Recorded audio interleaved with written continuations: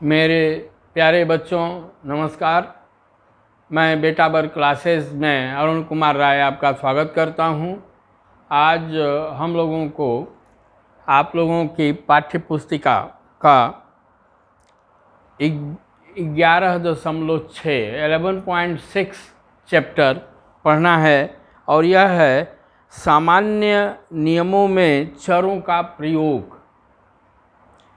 मैं पहले भी बता चुका हूँ कि आगे की गणित पूर्णतया बीजगणित पर आधारित होती है। इसका अनुप्रयोग आप लोगों को बहुत ज़्यादा देखने, सुनने और करने को मिलेगा। तो अब ये इसको एक प्रकार से सच कहिए तो शुरू कर रहे हैं।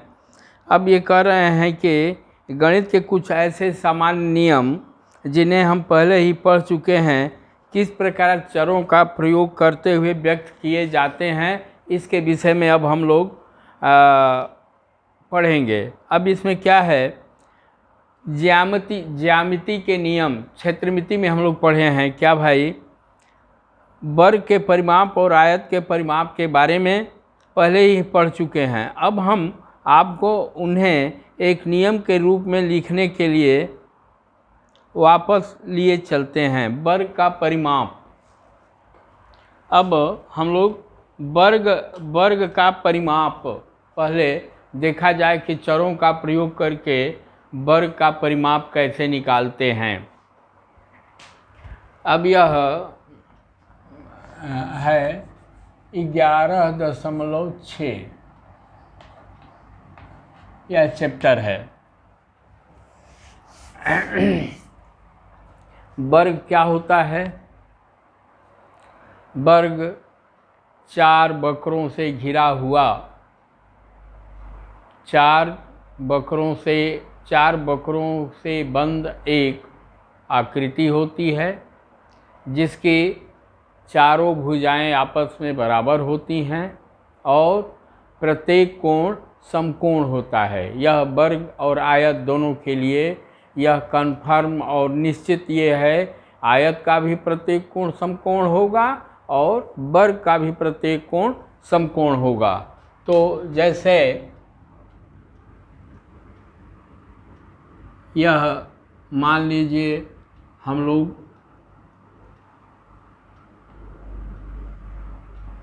आयत खींचे, वर्ग खींचे, इसका प्रत्येक कोण क्या होगा? 90 अंश का होगा और प्रत्येक भुजा आपस में बराबर होगी।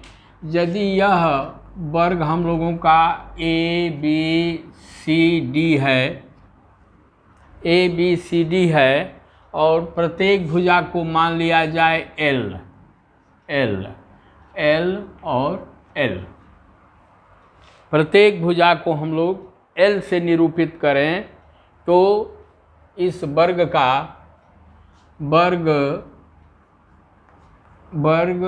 ए बी सी डी का परिमाप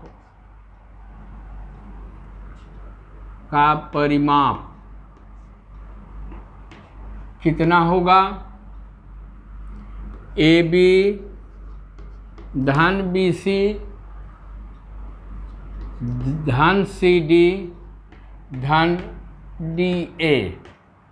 चारों भुजाओं को हम लोग क्या करेंगे? चारों भुजाओं की लंबाई को हम लोग जोड़ देंगे। यह हमारे वर्ग का क्या होगा? परिमाप होगा। अब यदि ए बी बराबर क्या है? एल है। बी सी बराबर क्या है? एल है। सी डी बराबर क्या है? एल है। और डी ए बराबर क्या है? एल है। मतलब एल क्या है? प्रत्येक भुजा की लंबाई है। तो यहाँ पर हम लोग एल लिख दें। एल धन एल धन एल धन एल। ये कितना एल हुआ? यह 4L हो गया।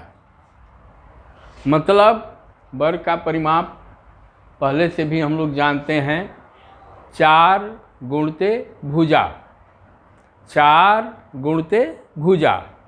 तो ऐसे ही L क्या है? भुजा है, किसी भुजा की लंबाई, चूँकि चारों भुजाओं की लंबाई बराबर है, 4L।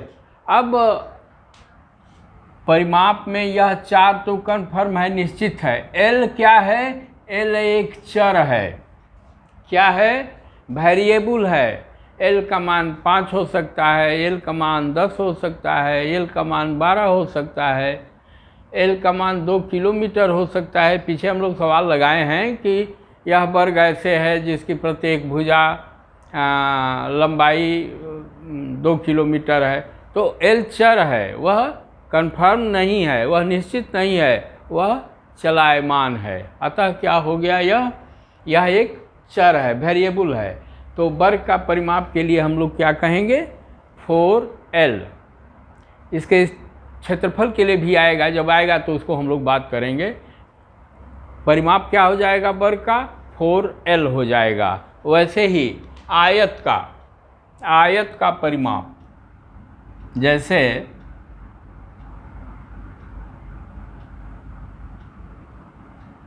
यह मान लीजिए हम लोगों का आयत है,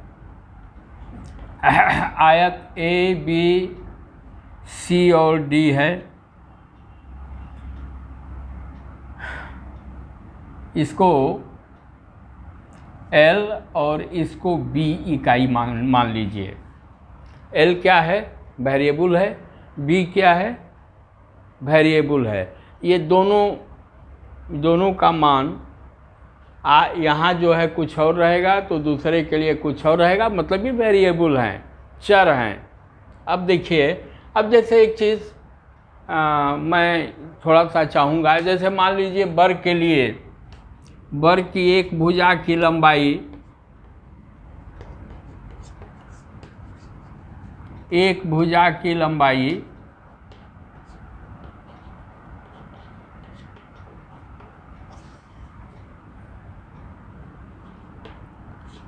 लंबाई 8 मीटर है।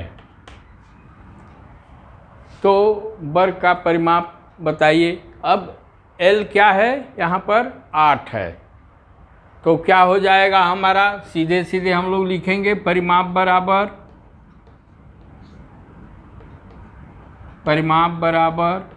4 गुणित 8 बराबर 32 मीटर।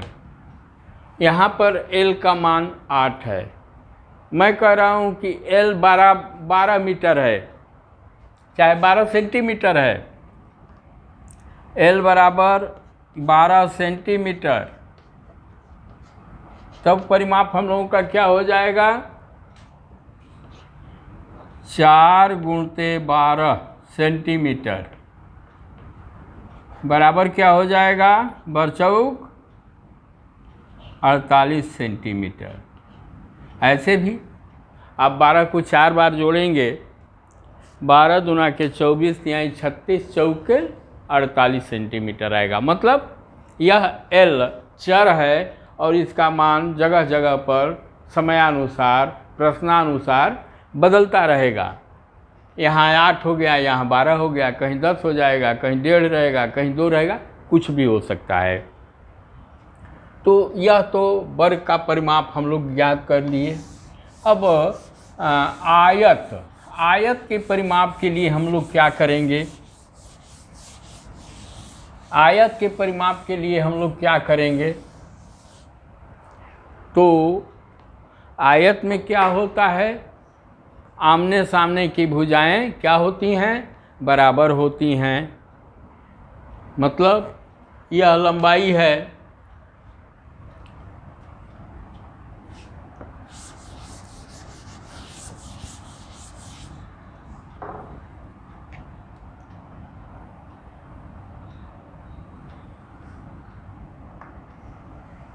ये आयत हो गया हम लोगों का A, B, C और D।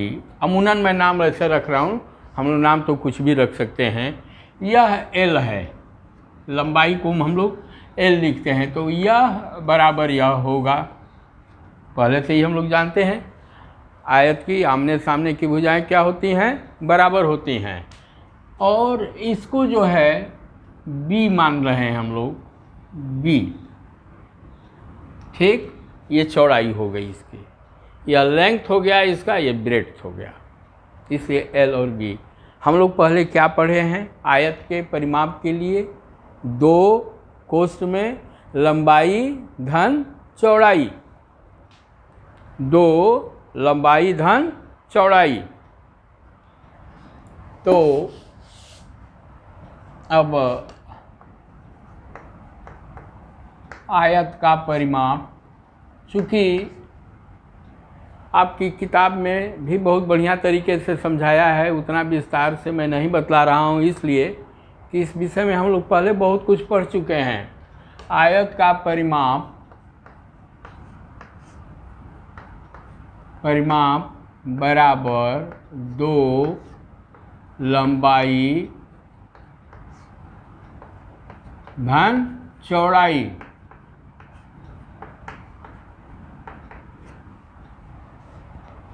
उसमें ये कह रहे हैं 2L और 2B सेम चीज़ है, कहीं कोई ये नहीं है, पहले इसके विषय में हम लोग पढ़ चुके हैं। 2 लंबाई धन चौड़ाई। अब इसको हम लोग क्या लिखते हैं? 2 और लंबाई को L प्लस B, चौड़ाई B है। अब इसको आप चाहें तो 2L एवं 2B कह सकते हैं, अथवा इसी को कह सकते हैं। और ये दोनों एक दूसरे से निरपेक्ष हैं। ऐसा नहीं है कि L 5 रहेगा तो B 4 रहेगा, L 10 रहेगा तो यह 8 रहेगा, नहीं। यह भी स्वतंत्र है, L भी स्वतंत्र है और B भी स्वतंत्र है। दोनों एक दूसरे से निरपेक्ष हैं। और आपकी पुस्तिका में लिखा भी हुआ है नीचे, एकदम नीचे पृष्ठ संख्या 248 पर, यहाँ L और B दोनों चर हैं। क्या हैं? चर हैं। L और B दोनों चर हैं। ये एक दूसरे से स्वतंत्र मान ग्रहण करते हैं। मतलब ऐसा नहीं है कि वह इतना रहेगा तो कन्फर्म है कि दूसरा इतना रहेगा, जी नहीं। एक 100 सेंटीमीटर है तो दूसरा 1 सेंटीमीटर भी हो सकता है, पीछे हम लोग सवाल भी लगाए हैं। ऐसा ही तो L और B दोनों स्वतंत्र चर हैं और ये कोई भी रूप ग्रहण कर सकते हैं। अर्थात एक चर द्वारा ग्रहण किए गए मान पर, एक चर द्वारा ग्रहण किए गए मान पर दूसरे चर द्वारा ग्रहण किया हुआ मान निर्भर नहीं करता है। दोनों स्वतंत्र हैं, दोनों अलग अलग हो सकते हैं। यदि एक आयत मान लीजिए 10 सेंटीमीटर लंबा है और चौड़ाई 5 सेंटीमीटर है, तो दूसरा आयत 10 सेंटीमीटर लंबा और 3 सेंटीमीटर चौड़ा हो सकता है, 4 सेंटीमीटर चौड़ा हो सकता है, कुछ भी रूप ग्रहण कर सकता है। अब फिर ये आगे भी कह रहे हैं, देखिए कह रहे हैं यदि आयत के परिमाप को चर P, भाई लंबाई चौड़ाई चेंज होती रहेगी तो परिमाप भी चेंज होता रहेगा, इसलिए उसको चर P से, यदि आयत के परिमाप को ये कह रहे हैं कि चर P से, इसको चर P से दिखाया जाए, दर्शाया जाए, तो आयत का परिमाप 2L × B अथवा यह होगा। ठीक। और ये कह क्या रहे हैं, आपके सम्मुख अनेक नियम और सूत्र आएंगे। 2 समतलीय आकृतियों के परिमापों और क्षेत्रफलों तथा त्रिविमीय आकृतियों के पृष्ठीय क्षेत्रफलों और आयतनों से संबंधित होंगे। साथ ही आप एक बहुभुज के अंतःकोणों के योग, एक बहुभुज के विकर्णों की संख्या इत्यादि के सूत्रों को प्राप्त कर सकते हैं। अब इसका सब आगे प्रयोग आएगा, अनुप्रयोग आएगा, जिसके विषय में हम लोग पढ़ेंगे। अब अंकगणित के नियम। अब जो अंकगणित के नियम हैं, क्या इन चरों पर भी अप्लाई होते हैं? क्या ये भी ग्रहण करते हैं उन सारे नियमों को? तो अब जैसे अंक गणित के नियम, मैं अब ये परिमाप से चल रहा हूँ, आगे चल रहा हूँ।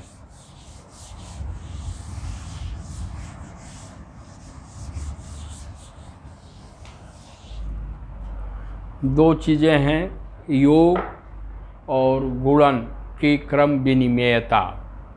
योग लिखा भी है, दो संख्याओं के योग की क्रम विनिमेयता, दो संख्याओं के गुणन की क्रम विनिमेयता। इसको भी मैं बहुत पहले आप लोगों को समझा चुका हूँ, फिर भी देखिए इसका आनंद लीजिए। जैसे योग, पहले हम लोग योग को पढ़ रहे हैं, योग।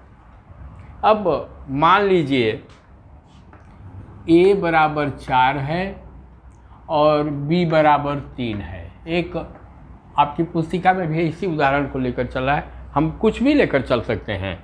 मान लीजिए 4 और 3 ना लेकर के मैं इसको 6 मान रहा हूँ और इसको 3 मान रहा हूँ, 2 मान रहा हूँ, 1 मान सकता हूँ। अब देखिए 6 धन 3, 6 धन 3 बराबर क्या होगा? 9 होगा। 6 धन 3 बराबर 9। यह 6 धन 3 को हम लोग इसको ऐसे भी लिख सकते हैं, 3 धन 6। मान पर कोई अंतर आया? 6 धन 3 यह भी। तो अब यदि 6 की जगह पर a लिखिए आप और 3 की जगह b लिखिए, a धन b, a धन b एक ही चीज़ है। a बराबर 6, b बराबर 3। यहाँ पर क्या हो गया? 6 की जगह पर a, 3 की जगह पर b हम लोग लिख दिए, बराबर ये क्या है? 3 धन 6 है। 3 बराबर क्या है? b है और 6 बराबर क्या है? a है। a धन b बराबर b धन a। मतलब योग के क्रम विनिमेयता के नियम का पालन चर करते हैं।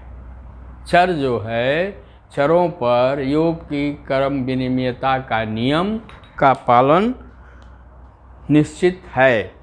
ये एक दूसरे को क्रम विनिमेयता के नियम का पालन करते हुए दिखते हैं। अब यह कह भी रहा है आपकी किताब में, संख्याओं का यह गुण संख्याओं के योग की क्रम विनिमेयता कहलाता है। ठीक, तब a धन b बराबर b धन a होता है। ठीक है, वैसे ही और आगे एक आध संख्या का इन्होंने उदाहरण दिया है, 73 और 37 किए हैं। मतलब a बराबर 73 और b बराबर 37 है। ठीक, तो हम लोग चलें, हम लोग अब इसको देखें क्या, माने a धन b बराबर b धन a। a कितना है? 73 है। फिर b कितना है? 37 है। अब देखिए एक चीज़ और, वहाँ पर a बराबर 6 था और b बराबर 3 था। यहाँ a बराबर क्या हो गया? 73 हो गया और b बराबर 37 हो गया। मतलब ये क्या है? वेरिएबल है, ये चर हैं। इनका मान कभी भी निश्चित नहीं रह सकता है, कुछ भी हो सकता है प्रश्नानुसार, आवश्यकता अनुसार। अब यह बराबर 37 किसके लिए है? b के लिए 37 है, धन 73। यदि इसको हम लोग जोड़ेंगे, तो यह 110 होगा और इसको भी जोड़ेंगे तो क्या होगा? 110 होगा। मतलब चरों पर योग की क्रम विनिमेयता का नियम लागू होता है। अब फिर आगे आइए, अब योग, अब गुणन की बात कीजिए, गुणन की बात कीजिए। जैसे a बराबर मैं 5 मान ले रहा हूँ और a बराबर मैं 15 मान ले रहा हूँ और b बराबर 10 मान ले रहा हूँ। a बराबर 15 और b बराबर 10 चर है, वेरिएबल है। अब a बराबर मैं पहले अब ये देखा जाए कि 15 गुणते 10 बराबर क्या होगा 150, मतलब यह a गुणते b है।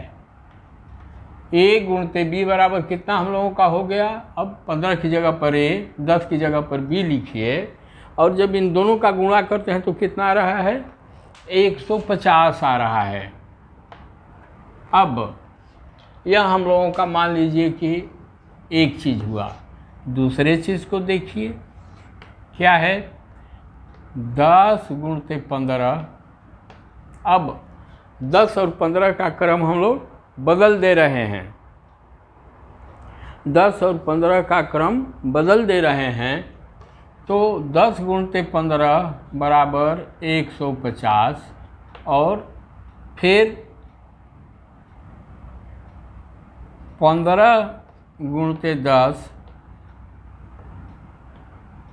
नहीं ठीक। अब इसका मतलब इसका क्रम बदल दिया गया। 10 गुणते 15 कर दिए हम लोग, कितना आ गया 150 आ गया।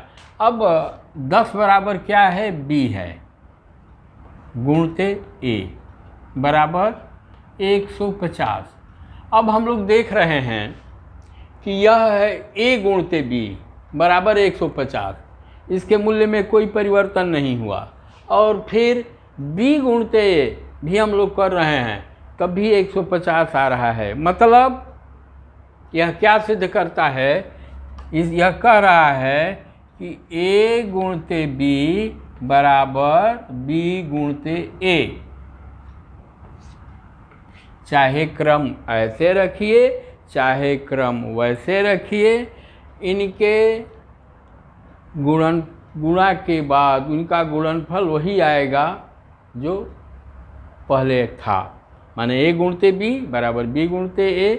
मतलब यह क्रम पहले a को पहले रखिए चाहे बाद में रखिए और इन राशियों का आपस में हम लोग गुणा करते हैं तो इनके मान में कोई परिवर्तन नहीं होता है। मतलब चर जो है गुणा के क्रम विनिमयता के नियम का पालन करते हैं, इसका मतलब यह है।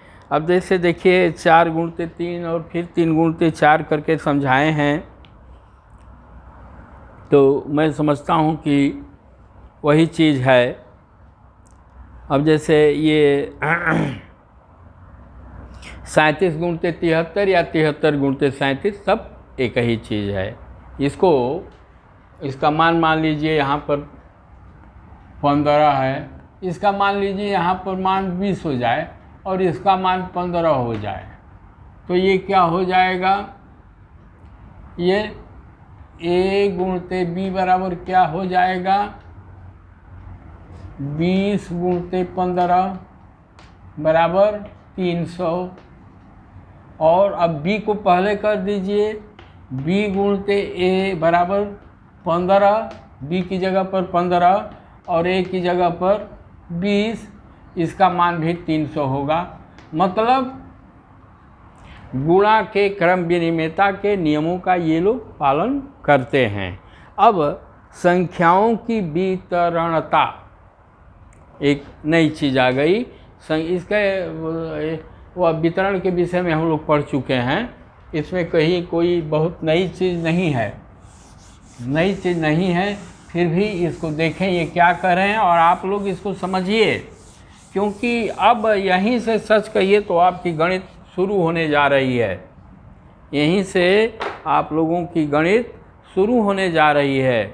तो क्या है, मान लीजिए ये कह रहे हैं हम 7 गुणे 38 परिकल्पित करने को कहा जाता है। स्पष्टतः हमें 38 की गुणन सारणी ज्ञात नहीं है। ठीक है भाई, तो इसलिए हम निम्न प्रकार से परिकलन करते हैं 7 गुणते 38।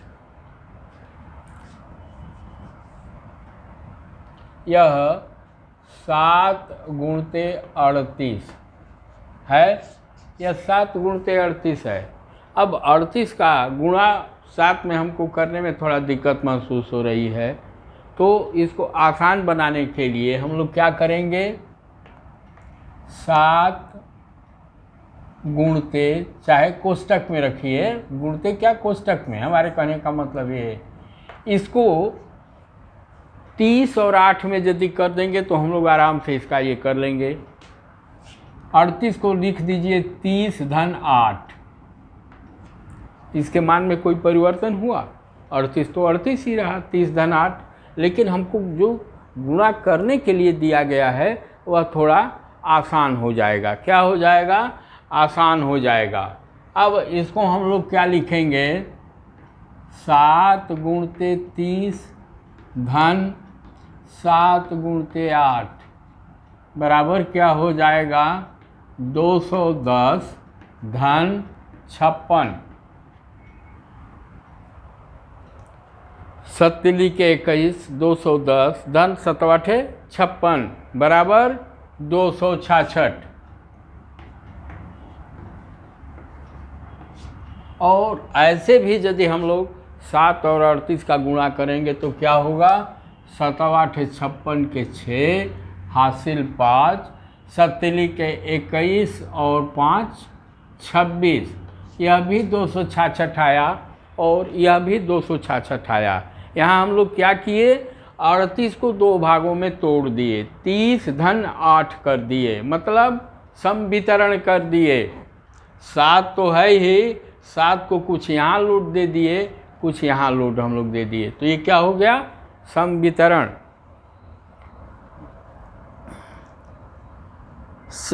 देखिए इसको क्या कहता है, यह गुण संख्याओं के योग पर, संख्याओं के योग पर, माने योग पर क्या है, यहाँ 38 था, 38 को हम लोगों ने क्या किया, 30 धन 8 में चेंज कर दिया।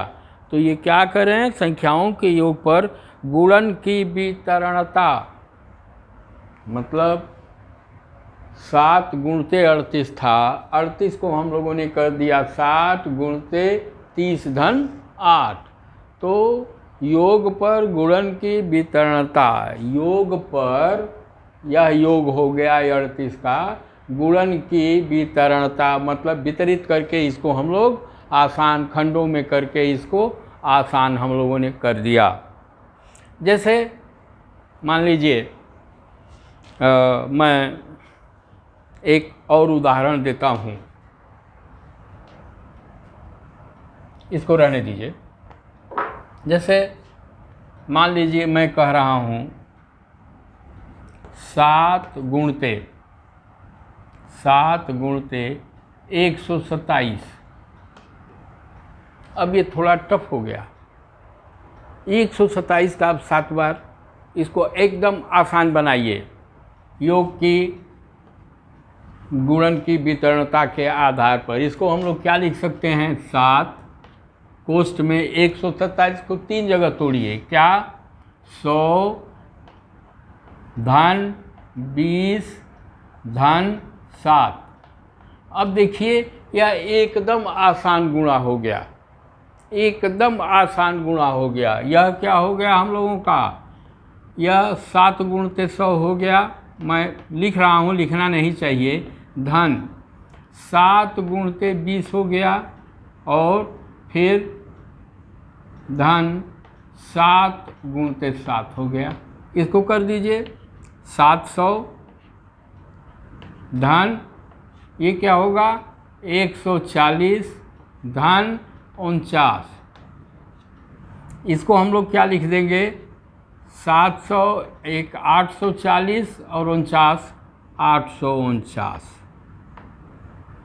अब देखिए यह एकदम गलती यहाँ होने की कोई संभावना नहीं है, यहाँ गलती होने की थोड़ी बहुत संभावना थी, यहाँ गलती होने की थोड़ी बहुत संभावना थी।